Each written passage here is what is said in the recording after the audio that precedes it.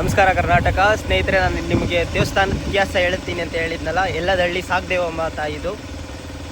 ಏನಂದರೆ ಗಾಡಿ ಹಿಂದೆ ಕೂತಿರೋರು ದೇವಸ್ಥಾನದ ಪೂಜಾರ್ರೆ, ಅದೆಲ್ಲ ಸೆಕೆಂಡ್ರಿ.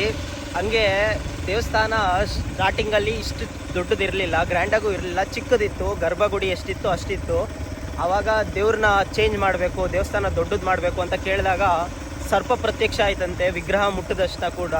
ಆವಾಗ ಅಲ್ಲಿನ ಜನ ಏನಾಯಿತು ಏನು ಅಂತ ಎಲ್ಲ ಪೂಜೆ ಎಲ್ಲ ಮಾಡಿ ದೇವ್ರನ್ನ ಕೇಳ್ಕೊಂಡಾಗ ದೇವ್ರು ಹೇಳ್ತಂತೆ, ನೀವು ಏನಾದರೂ ನನಗೆ ದೇವಸ್ಥಾನ ನಿರ್ಮಾಣ ಮಾಡಬೇಕು ಅಂತ ನಿಮ್ಮ ಮನಸ್ಸಲ್ಲಿ ಏನಾದ್ರು ಇದ್ದರೆ ನನ್ನ ಒಂದೇ ರಾತ್ರಿಗೆ, ಅಂದರೆ ಸೂರ್ಯ ಹೇಳೋ ಅಷ್ಟರಲ್ಲಿ ಕಟ್ಟಿಸ್ಬೇಕು ಅಂತ ನಿರ್ಧಾರ ಆಯ್ತಂತೆ. ಅದು ಹೆಂಗೆ ಸಾಧ್ಯ? ಇಷ್ಟು ದೊಡ್ಡ ದೇವಸ್ಥಾನ ಸೂರ್ಯ ಮುಳುಗಿ ಎದೇಳೋ ಅಷ್ಟರಲ್ಲಿ ಕಟ್ಸೋಕ್ಕಾಗಲ್ಲ ಅಂತ ಆ ದೇವಸ್ಥಾನ ಮಂಡಳಿಯವರು ನಿರ್ಧಾರ ಮಾಡಿದ್ರು.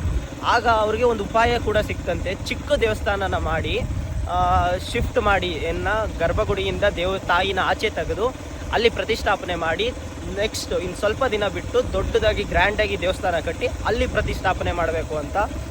ಆ ಟೈಮಲ್ಲಿ ಅದೇ ಥರ ಚಿಕ್ಕದಾಗಿ ಒಂದೇ ರಾತ್ರಿ ಕಳೆಯುವಷ್ಟರಲ್ಲಿ ನಿರ್ಮಾಣ ಮಾಡಿ ದೇವ್ರನ್ನ ಅಲ್ಲಿ ಪ್ರತಿಷ್ಠಾಪನೆ ಮಾಡಿ, ಅದಾದ ನಂತರ ಎಷ್ಟೋ ದಿನಗಳ ನಂತರ ಹೊಸ ದೇವಸ್ಥಾನ ನಿರ್ಮಾಣ ಮಾಡಿ ಆ ದೇವಸ್ಥಾನಕ್ಕೆ ಪ್ರತಿಷ್ಠಾಪನೆ ಮಾಡಿದ್ರು. ಪ್ರತಿಷ್ಠಾಪನೆ ಮಾಡುವಾಗ ಮೂಲ ವಿಗ್ರಹ ಏನಿತ್ತು ಆ ವಿಗ್ರಹಕ್ಕೆ ಹೆಬ್ಬೆಳೆಗೆ ಯಾವುದೋ ಒಂದು ಚಿಕ್ಕ ಮಾರ್ಕ್ ಆಗಿದ್ದು ಕಂಡು ಬಂತು. ಅದಕ್ಕಾಗಿ ಮೂಲ ವಿಗ್ರಹನ ಸೈಡಲ್ಲಿಕ್ಕಿ, ನಾನು ಫಸ್ಟ್ ಇನ್ಸ್ಟಾಗ್ರಾಮಲ್ಲಿ ವೀಡಿಯೋ ಹಾಕಿದ್ದೀನಿ, ಬೇಕಿದ್ರೆ ನೋಡಿ.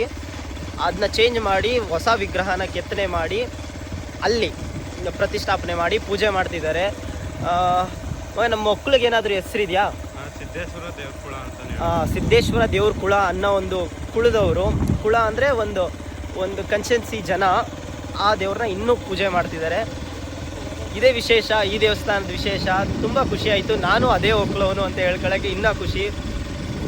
ಹೇಳ್ಕೊಬೋದು ನಾನು ಭಾರತದವನು, ನಾನು ಕರ್ನಾಟಕದವನು ಅಂತ. ಆದರೆ ನನ್ನ ಊರು, ನನ್ನ ಕುಳ, ನನ್ನ ಮನೆತನ ನಾನು ಮರೆಯೋಕ್ಕೆ ಇಷ್ಟ ಇಲ್ಲ ನನಗೆ. ನಿಮ್ಮದೇ ಆದಂಥ ಕುಳಗಳಿರುತ್ತೆ, ನಿಮ್ಮದೇ ಆದಂಥ ಮನೆತನಗಳಿರುತ್ತೆ, ನಿಮ್ಮದೇ ಆದಂಥ ದೇವಸ್ಥಾನಗಳಿರುತ್ತೆ, ದೇವರಿರುತ್ತೆ. ನಿಮಗೆ ಗೊತ್ತಿದ್ರೆ ಕಮೆಂಟ್ ಹಾಕಿ. Bye, thank you so much.